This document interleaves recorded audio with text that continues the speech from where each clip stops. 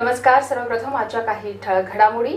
जादूटोणा विरोधी विधेयकाला वारकऱ्यांचा पाठिंबा. मुलुंडमध्ये धावत्या रिक्षात विनयभंग आणि श्रीसंत अडकणार लग्नबेडी. यानंतर घडामोडींचा आढावा आपण अल्पशा विश्रांतीनंतर.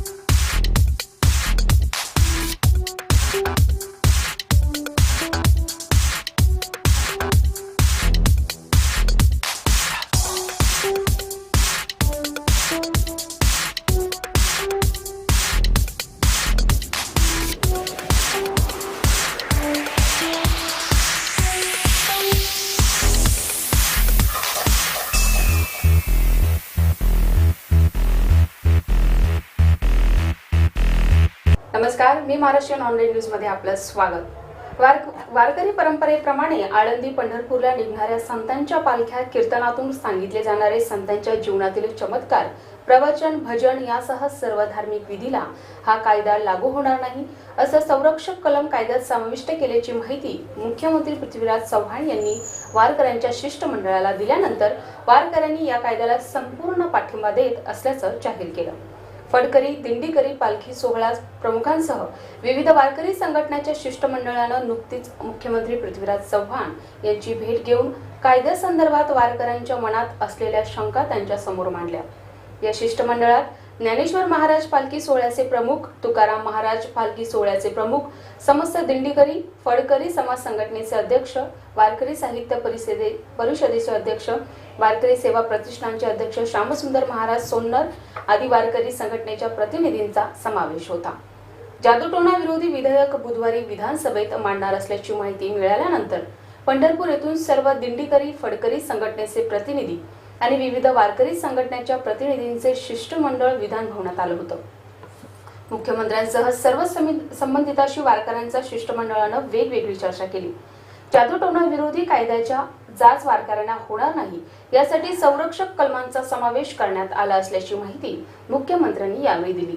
तसंच त्यात सर्व संतांची वारी, कीर्तनातून सांगितले जाणारे संतांचे चरित्र, यात्रामधून केले जाणारे धार्मिक विधी, विवाह समारंभात केले जाणारे धार्मिक विधी, धार्मिक स्थळांमध्ये भूत उतरवण्यासाठी घेतले जाणारे दर्शन याला कायद्यात संरक्षण देण्यात आलं आहे. तिसऱ्या व्यक्तीला तक्रार करण्याचा अधिकार होता. ती व्यक्ती कुटुंबातीलच असावी असं विधान या कायद्यात नमूद करण्यात आलं असल्याचं त्यांनी सांगितलं. तसंच वारकरी शिष्टमंडळाला यावेळी सर्व कलम विधान परिषदेचे सभापती शिवाजीराव देशमुख यांच्या दालनात वाचून दाखवण्यात आली. त्याशिवाय वारकऱ्यांच्या मनात असलेल्या शंकांबाबत चर्चा करण्यात आली. आम आदमी पक्षाचे नेते अरविंद केजरीवाल यांचा राळेगण सिद्धी दौरा आता रद्द झाला आहे. तब्येत ठीक नसल्यानं केजरीवाल यांनी राळेगण सिद्धीला जाणं टाळलं आहे. भ्रष्टाचाराविरोधाच्या आंदोलनात अण्णा हजारेंना मोलाची साथ देणारे अरविंद केजरीवालांनी अर्ध्यातच अण्णांची साथ सोडली, आपला पक्ष स्थापन केला. आता दिल्लीत मिळालेल्या यशानंतर उपोषणासाठी बसलेल्या अण्णांची भेट घेण्यासाठी तसंच आंदोलनात नवी जाण आणण्यासाठी ते राळेगण सिद्धीला जाणार होते. मात्र त्यांची तब्येत खराब झाल्यानं त्यांनी दौरा रद्द केला. पण कुमार विश्वास आणि गोपाल राय आपल्या नियोजित कार्यक्रमाप्रमाणे अण्णा हजारेंना भेटण्यासाठी राळेगणला जाणार आहेत. दिल्लीत झालेल्या आम आदमी पार्टीच्या नवनिर्वाचित आमदार कार्यकर्त्यांच्या बैठकीत केजरीवाल यांनी अण्णांच्या आंदोलनाला भेट देणार असल्याचं सांगितलं होतं. पण व्यासपीठावर अण्णांसोबत न बसता लोकांमध्ये बसणार असल्याची घोषणा केजरीवाल यांनी यावेळी केली होती. मुलुंड येथील पीएनटी कॉलनीतून रिक्षानं रेल्वे स्टेशनकडे निघालेल्या 16 वर्षीय मुलीचा अनोळखी सहप्रवाशानं विनयभंग करून तिला रिक्षातून बाहेर फेकून देण्याची खळबळजनक घटना बुधवारी घडली. या प्रकारानं परिसरात संतापाचं वातावरण निर्माण झालं आहे. या घटनेतील आरोपी मनोहर सुखसोहळे वय 45 याला अटक करण्यात आली आहे. पीएनटी कॉलनी येथे राहणारी ही पीडित मुलगी बुधवारी सुमारे 2:30 वाजता काही कामानिमित्त स्टेशनकडे निघाली होती. स्टेशनला जाण्यासाठी तिनं रिक्षा थांबवली, मात्र त्या रिक्षात आधीच एक प्रवासी बसलेला होता. मी सुद्धा स्टेशनला चाललो आहे असं सांगत त्या प्रवाशानं तिला रिक्षात बसायला सांगितलं.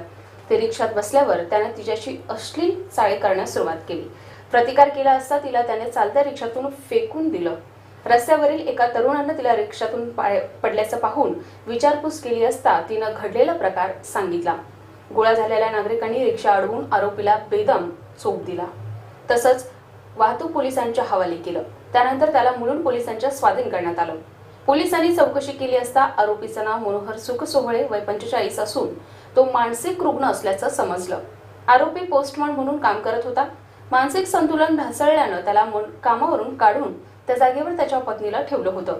त्याच्यावर उपचार सुरू आहेत. त्याच्या विरुद्ध विनयभंग, अपहरण, ठार मारण्याचा प्रयत्न करणं असे गुन्हे दाखल केल्याची माहिती पोलिसांमार्फत देण्यात आली. याने तर घडामोडींचा आढावा आपण अल्पशा विश्रांतीनंतर.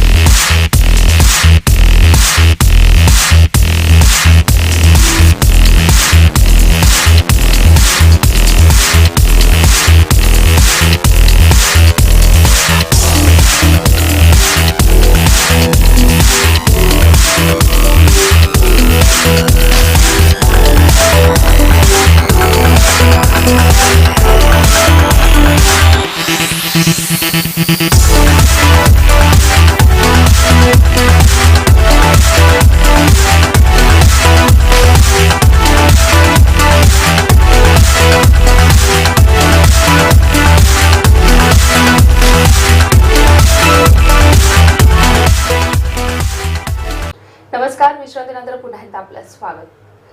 समलैंगिक संबंध ठेवणं हा गुन्हा आहे. समलैंगिक संबंधांना कायदेशीर मान्यता देता येणार नाही असा निर्णय सर्वोच्च न्यायालयानं नुकताच दिलाय. सर्वोच्च न्यायालयाच्या या निकालामुळे समर्थन करणाऱ्यांना मोठा धक्का बसलाय. समलैंगिक संबंध कायदेशीर आहेत असं दिल्ली न्यायालयानं निर्णय दिला होता. हा दिल्ली न्यायालयाचा निर्णय सर्वोच्च न्यायालयानं रद्द ठरविला. प्रौढ व्यक्ती सहसंमतीनं समलैंगिक संबंध ठेवू शकतात आणि असं संबंध ठेवणं कायदेशीर आहे असा निर्णय दिल्ली उच्च न्यायालयानं दिला होता.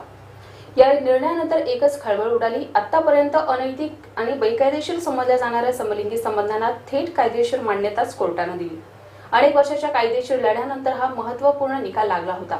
या विरोधात सर्वोच्च न्यायालयात धाव घेण्यात आली होती. त्यानंतर आज सर्वोच्च न्यायालयानं समलैंगिक संबंध हा गुन्हा असल्याचं म्हटलं आहे. भारतीय दंड संहितेच्या कलम 377 नुसार सहसंबंधीचे समलैंगिक संबंध हा देखील फौजदारी गुन्हा मानला जातो. परिणामी हे कलम कायम असेपर्यंत समलैंगिक संबंध कायदेशीर ठरू शकत नाही, ते गुन्हाच आहेत असं न्यायालयानं स्पष्ट केलं आहे.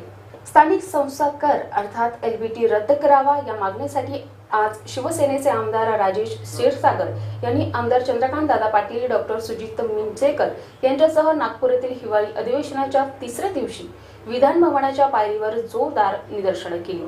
गेले वर्षभर LBT विरोधात कोल्हापूरसह राज्यातील व्यापाऱ्यांनी उग्र स्वरूपाची आंदोलन केली.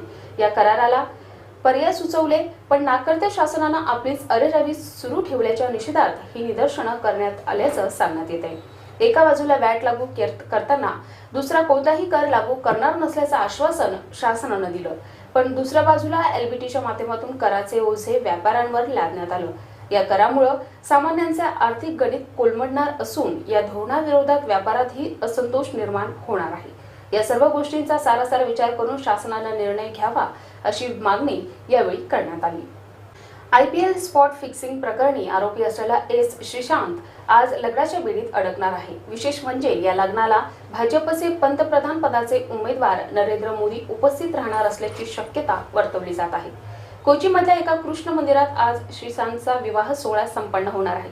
भुवनेश्वरी कुमारी असं श्रीशांतच्या होणाऱ्या पत्नीचं नाव असून आज कृष्ण मंदिरात लग्न केल्यानंतर श्रीशांत पुन्हा राजस्थानी परंपरानुसार लग्न करणार असल्याचं सूत्रांकडून सांगण्यात आलं.